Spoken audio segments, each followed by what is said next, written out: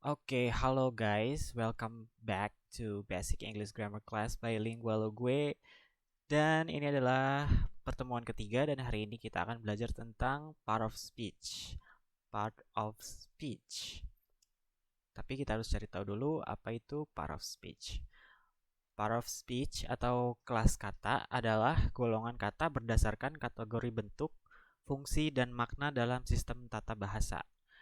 Well, sampai sini mungkin bingung ya pengertiannya kayak gimana gitu. Jadi simpelnya part of speech adalah sebuah sistem di mana kita menggolongkan, di mana kita mengkategorikan kata-kata berdasarkan fungsinya gitu. Jadi setiap kata di dalam suatu bahasa itu punya fungsi yang berbeda-beda dan kita golongkan, kita masukin nih, oh ini fungsinya ini, kita masukin ke sini, fungsinya ini kita masukin ke situ gitu.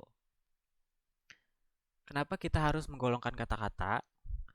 Atau kenapa kita harus tahu sebuah kata masuk golongan mana. Jadi simpelnya kenapa kita harus belajar part of speech ini. Ya basically karena supaya kita bisa tahu bagaimana memperlakukan sebuah kata dalam sebuah kalimat. Jadi yang kayak tadi aku bilang kan, setiap kata fungsinya dia beda-beda. Nah, di dalam kalimat juga dia akan berlakunya beda gitu. Jadi karena dia fungsinya beda, dia diperlakukannya juga beda gitu. Nah, kalau misalkan kita tahu dia masuk golongan mana, dia masuk golongan mana gitu, kita udah bakal dengan gampang lah mempelajari grammar dan kita udah bisa tahu kita harus memperlakukan dia kayak gimana gitu. Dan ada juga yang bilang bahwa part of speech itu ada 10, tapi ada juga yang bilang ada 8. 8 golongan ya. Jadi emang ada perbedaan pendapat gitu. Dan hari ini kita akan belajar 10 golongan part of speech. Jadi meskipun kalau misalkan kalian udah belajar sebelumnya dan ada sedikit beda, kalau misalkan kalian sebelumnya belajar cuma 8, ya sebenarnya bukan salah atau benar sih, karena memang perbedaan pendapat aja. Oke, golongan yang pertama ada noun. Noun adalah kata benda atau dalam bahasa Indonesianya disebutnya nomina gitu. Kata Noun adalah kata yang digunakan untuk menyebut suatu benda, termasuk juga nama, benda, hewan, tempat, ide, konsep, perasaan, dan lain-lain. Di pertemuan pertama kita udah belajar ya pengertian noun dan contoh noun itu kayak gimana. Nah, ini noun masih bisa dibagi berdasarkan jenis-jenisnya seperti countable, uncountable, concrete, abstract yang kemarin sudah kita pelajari juga. Contoh noun ada book, music, lion, Indonesia, Steven, happiness, love, dan lain-lain. Banyak banget noun itu. Kemudian ada pronoun. Golongan yang kedua adalah pronoun atau kata ganti. Di dalam kalau anak sastra Indonesia biasanya nyebutnya pronomina. Dan pronoun ini adalah kata yang kita gunakan untuk menggantikan noun. Jadi ketika kita udah menggunakan noun, kita nggak perlu nyebut nounnya lagi gitu. Nah, pronoun ini juga dibagi menjadi beberapa jenis seperti subjective pronoun, objective pronoun, possessive, demonstrative, interrogative, reflexive, dan lain-lain. Contohnya, subjektif ada I, you, they. Terus objective pronoun ada me, you, him, her, them. Possessive, mine, yours, hers, his. Demonstrative ada this, that, this, those. Interrogative ada which, who, what. Reflexive ada myself, yourself, dan lain-lain. Itu dia pronoun atau kata ganti. Yang ketiga ada adjective. Adjective adalah kata yang kita gunakan untuk mendeskripsikan noun dan pronoun. Jadi si noun ini kayak gimana nih kita deskripsikan pakai adjektif gitu. Kita gambarkan dia sifatnya dan karakteristiknya tuh kayak gimana gitu. Contohnya, I have a fancy house. Nah, house itu kan noun. Kita gambarkan, kita deskripsikan house ini gimana sih? Oh, ternyata house itu mewah. Berarti kita bilang dia fancy house. Fancy di sini adalah adjective. Begitu. Jadi dia menggambarkan atau menjelaskan dengan lebih rinci gimana si noun ini atau pronoun. Next ada verb atau kata kerja atau verba. Verb adalah kata yang kita gunakan untuk menunjukkan tindakan atau keadaan. Verb juga dibagi menjadi beberapa jenis seperti transitif, verb yang harus punya objek, intransitif, verb yang nggak harus punya objek, auxiliary atau kata kerja bantu atau ya kata kerja bantu. Linking verb itu apa ya? Yang langsung nyambung dengan kata bendanya. Ada juga regular dan irregular verbs. Contohnya ada eat, have, take, run, sit, arrive, rise, dan lain-lain. Bisa teman-teman lihat sendiri di sini atau di PDF-nya nanti. Kemudian ada adverb. Nah, ini jangan sampai ketukar dengan verb. Kalau adverb itu adalah kata keterangan atau adverbia. Adverb adalah kata yang kita gunakan untuk memberikan keterangan tambahan pada verb atau adjective atau adverb itu sendiri. Jadi si adverb ini kita gunakan untuk nambahin untuk lebih menjelaskan si verb dan adjective atau si adverbnya itu sendiri gitu. Adverb juga dibagi menjadi beberapa jenis seperti adverb of manner, contohnya beautifully, well, adverb of degree, ada almost perfectly, adverb of place, there, here, in the kitchen, in the bookstore, at the living room, dan lain-lain. Adverb of frequency ada usually, I go to the gym, I usually go to the church every Sunday. Nah, itu usually di situ menerangkan go. Berarti dia menerangkan si kata kerja. Maka dari itu si usually berfungsi menjadi adverb di situ.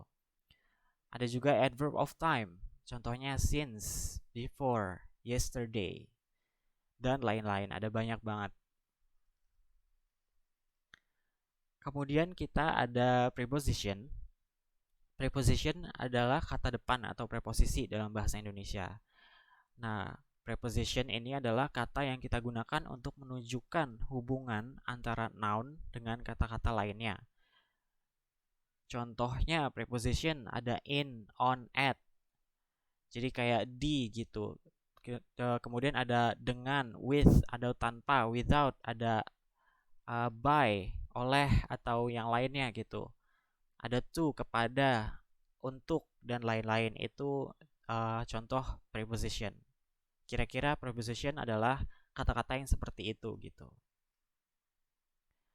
Kemudian ada conjunction. Conjunction atau kata sambung atau konjungsi dalam bahasa Indonesia adalah kata yang kita gunakan untuk menghubungkan kata, frasa, klausa, dan kalimat. Jadi kalau misalkan ada dua kata atau dua frasa atau dua kalimat, itu kita bisa gabungin si kedua benda ini, dua kata atau kalimat ini dengan conjunction gitu. Nah, contohnya and, misalkan you and I, itu kan ada dua kata, ada dua noun. You, ada dua pronoun, you dan I gitu. Nah, ketika digabung pakai conjunction, pakai and gitu. Jadi tergabung gitu. Sorry, ini salah nulis adverb, harusnya conjunction.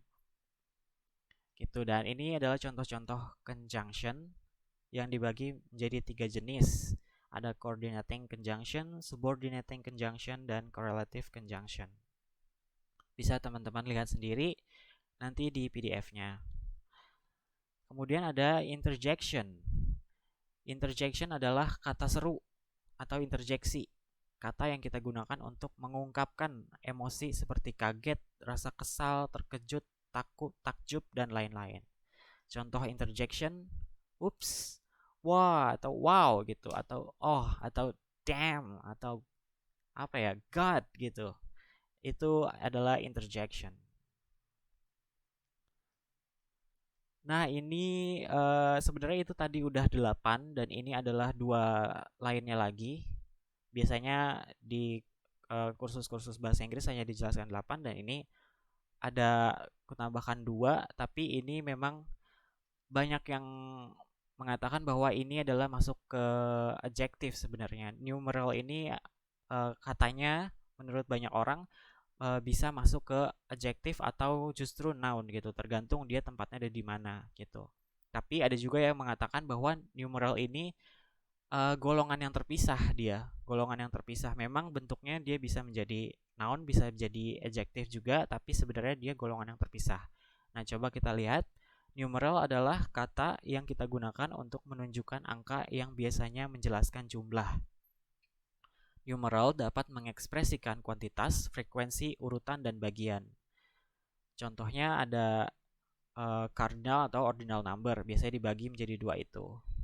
Contoh numeral ada 3, 7, 3 houses atau 7th president, atau I go to the gym twice a week.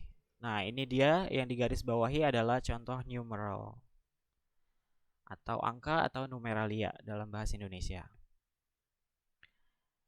Yang ke-10 ada article. Aduh ini belum diganti, sorry.